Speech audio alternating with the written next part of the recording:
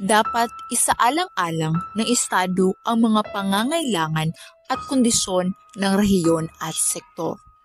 At dapat hikayatin ang lokal na pagpaplano sa pagbuo ng mga patakaran at programang pang-edukasyon.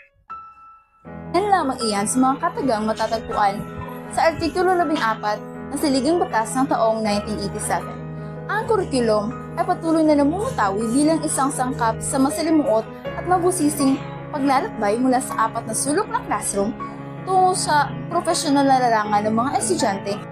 Ang kurikulum noong unang panahon ay hindi nakapareho ng kung ano ang kurikulum na nandito ngayon.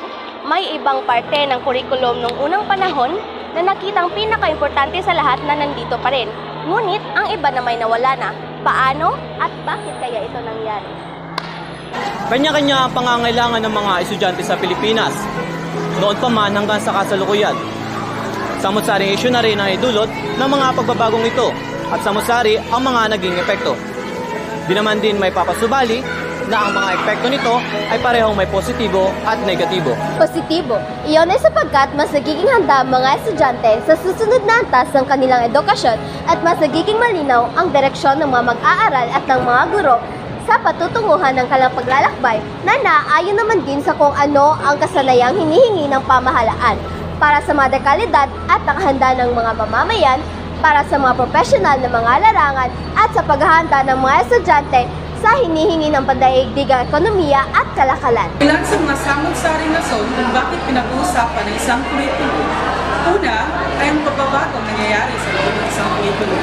Pangalawa, sino ang mga naapektuhan sa pagbabago ng isang kurikulum. Ngunit, bago yan, ano nga ba ang isang kurikulum? May saysay ba na pag-usapan ito sa panahon ngayon? Ano ang sentimento mo dito? An implementation of the system of subjects in college or in any other educational institution. Ako'y kasultian ng curriculum. Siyempre sa estudyante, importante juga na siya. Ma-old man or ma-new curriculum. Ito ang isunod karon is ang new naman siguro. So, nanay kabaguhan sa mga subjects, mga napuno.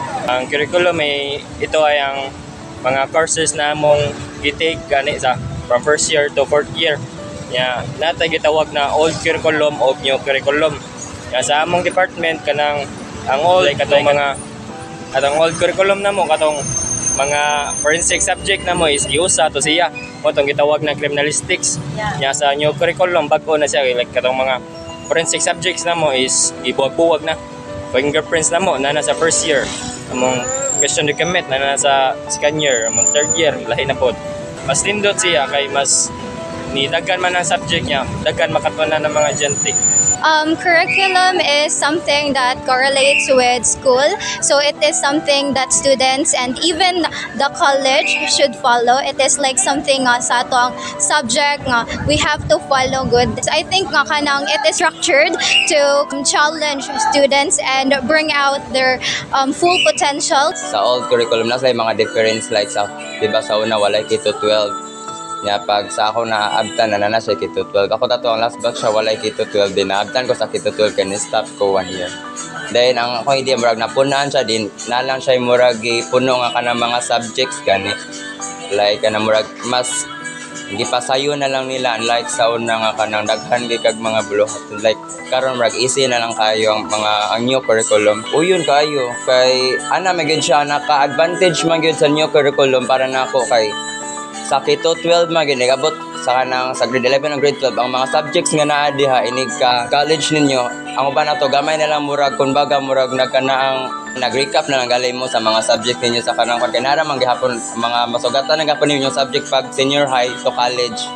Okay kamo siya ma'am kay ako naabdan na ako ng K-12 so okay kamo siya kay advance ba advance kay sa una sa fourth year ako to kay kuwang pagkaroon K-12 naman siya kay mabawaan na lain. Medyo dili kay wala man kayo may experience ato nga time kay kuan lagi bago pa nag-start sa face to face ato nga time pag grade 12 di ba? Curriculum K-12 na-experience na akong K-12 curriculum. My experience is it's tiring kay taas siya nga process Although helpful siya when it comes to going if musudyo ka o college. Kay at least nakay ka ng background knowledge beforehand before ka musulod sa imuhang ganahan nga course. I think ako masuggest kay i-lesson nimo ang written, ang modules. It's more on practical examinations para kanang ang students is kanang hands-on inikaabot sa college. About the curriculum, I think that it is one that is implemented in school so that students will have the proper knowledge and skills in which the teachers are provided, the necessary skills and how they should teach students to improve their knowledge and skills. As far as I know, the curriculum nga naa nato ron is ang K-12 if sakto ko, and if ang akong basihan is ang K-12 curriculum, I think effective siya for me and to most of my classmates said mo na sila na effective ang K-12 curriculum since it prepares students nga mo enter into tertiary education, and it also gives them choices of kanang where they would like to delve into after the senior high school. Sa kuwang sabtan kanang curriculum mo nang gipuno ron sa kuwang panggobyerno sa eskwela kanang K11 o K12 murag mo na curriculum ilang gihatag karon kay usa pa mga bata ilang isa mo to lisod-lisod imbis makatungtong na tag kolehiyo ang gipun-an ng curriculum na K11 o K12 napun-an ng burden sa mga ginikanan. Para sa ako ang curriculum kay ito ay nagsisilbing gabay ng mga guro kung saan dito ay ang nakabutang ang mga subject o kung saan ang mga objective na dapat ilang ma-achieve sa mga bata in the end of the lesson. Ang curriculum karon kay student-centered na kaayo siya. Ang curriculum kay magadepende siya kung unsa ang mga behavior na gipakita sa mga bata. Mga teachers at kay depende yan ang lesson kung unsa ang mga behavior sa mga bata. Curriculum sa grade 12? Actually, lahi ko curriculum way back senior high school kay I came from maritime curriculum. So, it is way different sa STEM jud kay STEM maritime ako din. Difference siya sa pag in a way sa STEM jud kay ang pathway sa yung learnings kay kuan especially sa mga kanang mga math kay lahi ang yang kuan kay, and I think mas better if more an application ng mga curriculum sa K-12 kay sa ako nakita pag transition na ko to college kay kanang most or like some of the kanang subjects are not that useful, so I think ang curriculum should be more an application sa mga real life scenario. Ko yun kay nagkaskasa siya oras sa mga estudyante o gasto sa mga ginikanan. Sa aking nalalaman, ang K-12 curriculum ay more advanced when it comes to lessons sa mga estudyante since noon hindi masyadong alam naman natin na noon hindi masyadong high-tech compared today, but nakikita ko na ang curriculum ngayon ay mas epektibo at mas madaling matutunan ng mga bata. Ang kasalukuyang curriculum ay nagbibigay naman ng magandang lesson, magandang good learning sa mga kabataan na masasabi natin na madaling mai-adapt nila at madaling matutunan. Kanang mga lessons like na mga curriculum, especially kanang sa grade 12 or grade 11. Curriculum is somehow educational system in which gina-follow na to from there to college. Of this moment, we are using the K-12 curriculum. So talking about curriculum, there is another, shall we say, curriculum that is very evident right now, which is the Matatag curriculum. For me, if I'm going to compare the two curriculum, I go for the Matatag because there is an alignment of the competencies from the very basic to the difficult one. For me, curriculum in general, it's like a system of education. Like for us in education, ay kanang na eskwela, naatay curriculum na sunod. Like for example, the K-12 curriculum, and also sa college na ay curriculum sa dyan.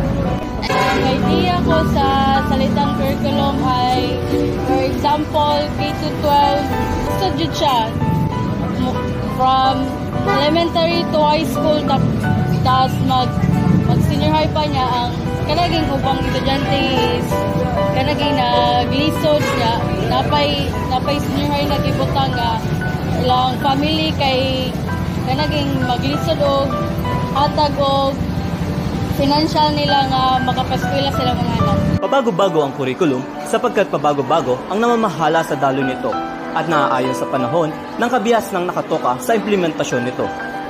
Ayon sa mga dalubhasa, ang kurikulum ay ang disiplina sa paaralan na itinalaga ng pamahalaan, mga aklat, mga kagamitang ginagamit, paggawa ng banghay-aralin, mga pagpapahalaga, mga pagsusulit at kung ano-ano pang itinuturo ng guro na may kinalaman sa pagkatuto ng mga estudyante. Ito ang isang hanay ng mga karanasang pang-estudyante upang mas mapadali at malinaw ang daloy, kahalagaan at kinalabsan ng prosesong pang-edukasyon. Pamamagitan ng patuloy na pananaliksik, inobasyon, pag-unlad ng teknolohiya at pag-usbong ng mga makabagong pamamaraan ng pagtuturo at pagkatuto ng mga estudyante. Hindi din naman sa lahat ng pagkakataon, ang katapusan na ang magpapalantad ng tunay na kahulugan ng isang bagay.